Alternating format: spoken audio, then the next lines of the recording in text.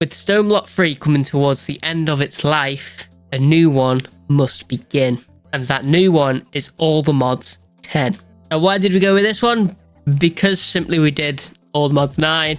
We thought might as well go on to All the Mods 10. And because it's very much, we could do different progressions. We don't have to stick to one track, you know? We can go take many different routes.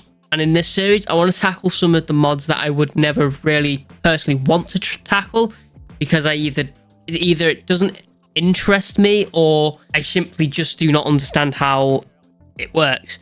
So I want to try and get to know some of the mods that I would never normally pick and choose. Now, obviously, there will be some mods where I will have to go into, and there's no way around that. So it is what it is. So without further ado, let's get going. So obviously, every Minecraft world starts with you punching some trees. And now that we have punched some trees, we craft ourselves some tools. And we need to start thinking about getting a bed early on, because our spawn has no village, so we have to go out and make our bed ourselves. With 1 sheep dead, 2 sheep dead, it was time to go and get some cobblestone, because there was no 3rd sheep about. So let's start upgrading our tools. First, we make a furnace, and then obviously a sword and a pickaxe.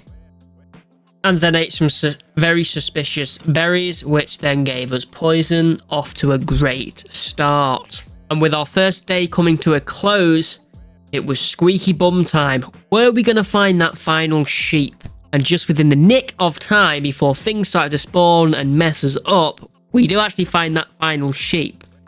So of course we make a bed and we sleep off the night before anything bad starts to happen. And we kicked off day 2 by cooking up some food and claiming a fair few quests.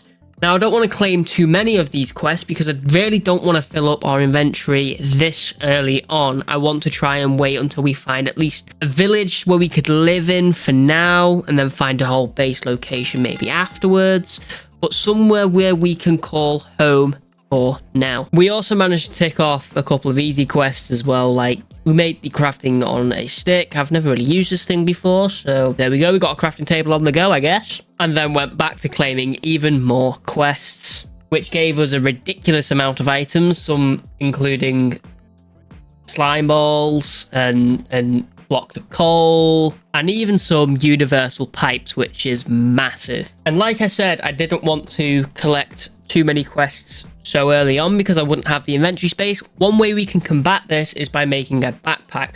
So we got a new side quest, getting a backpack. We checked the recipe. All we needed is a chest, some leather, and some string. Now we can make the chest. We have the leather. We needed the string, but we weren't going to get that during the day where we were from. So we also went adventuring to see if we could find anything, maybe a village to call home, any string in any of the loot chests, but we weren't really having much luck. And as our second day was coming to a close, I thought I would delay me sleeping to give some mobs some chance to spawn, mainly spiders. So once I'd felt we had given them enough time to spawn, we then did go and sleep, and there was a few spiders, but they didn't give us 4 string. We were 1 string short, so we didn't have enough. We couldn't make it, so we go on to the next day and we just continue adventuring until a tower-like structure caught my eye. Now, curiosity killed the cat here, and so I entered. However, it was an underground dungeon, so I thought I might be able to try and squeeze out some easy loot here. And luckily enough, there was a chest by one of the iron gates. So I thought I'll stay on the safe side, break 1 iron bar, and grab myself some loot. And I thought, beggars can't be choosers. I can't linger around here.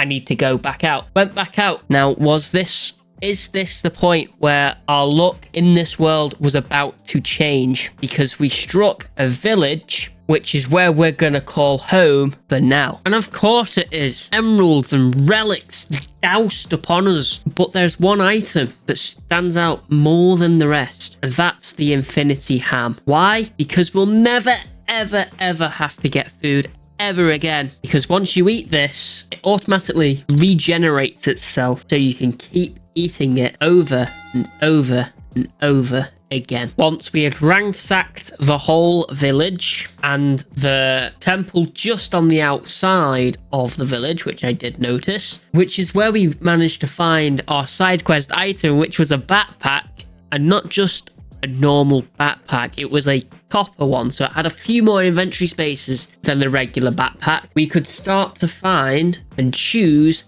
which house we wanted to stay in and make our home for now. This one will do. However, we're going to need to make some renovations.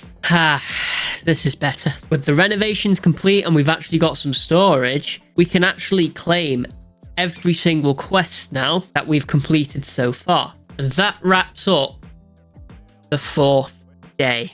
And as we step outside on a beautiful sunny morning, I thought, now that we've got the backpack, we have a clear inventory, let's start a little bit of a mining trip. Now, initially it took me quite a while to find a half decent mine, but we actually stumbled upon this at lovely location. I think they call this Lush Stacks, but I'm not 100% sure on that. Anyway, once we pulled ourselves away from that location, we did actually end up finding a whole new village, which I thought was a little bit nicer than the village that we were in. But we had just set up in the house that we were at, so I think we'll give it a pass. We'll just accept the house that we're in, and we will take anything that we may want from this village. And once I'd done that, we then did go mining. Well, I have found a cave that I think might be suitable. This is pretty damn suitable. So in we go. Now, with this mining session, all I really want here is iron and anything that can help us start generating other resources. So like prosperity shards for mystical agriculture. Again, Inferium for mystical agriculture. We'll grab any like diamonds that we might see. Any gold, redstone. Just your basic things to get ourselves set up.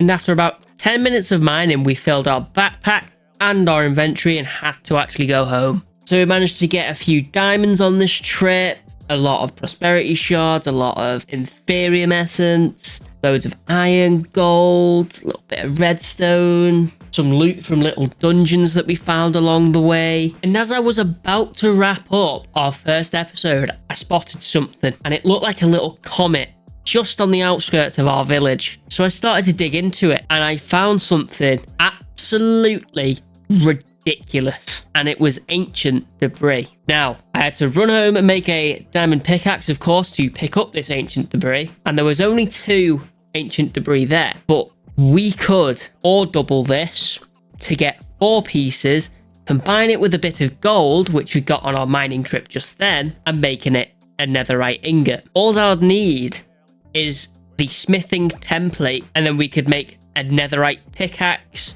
something that is netherite. But anyway, that's going to do us for today's episode. So thank you all for watching. If there is a mod you guys specifically want me to go in and do, make sure to leave it down in the comments below.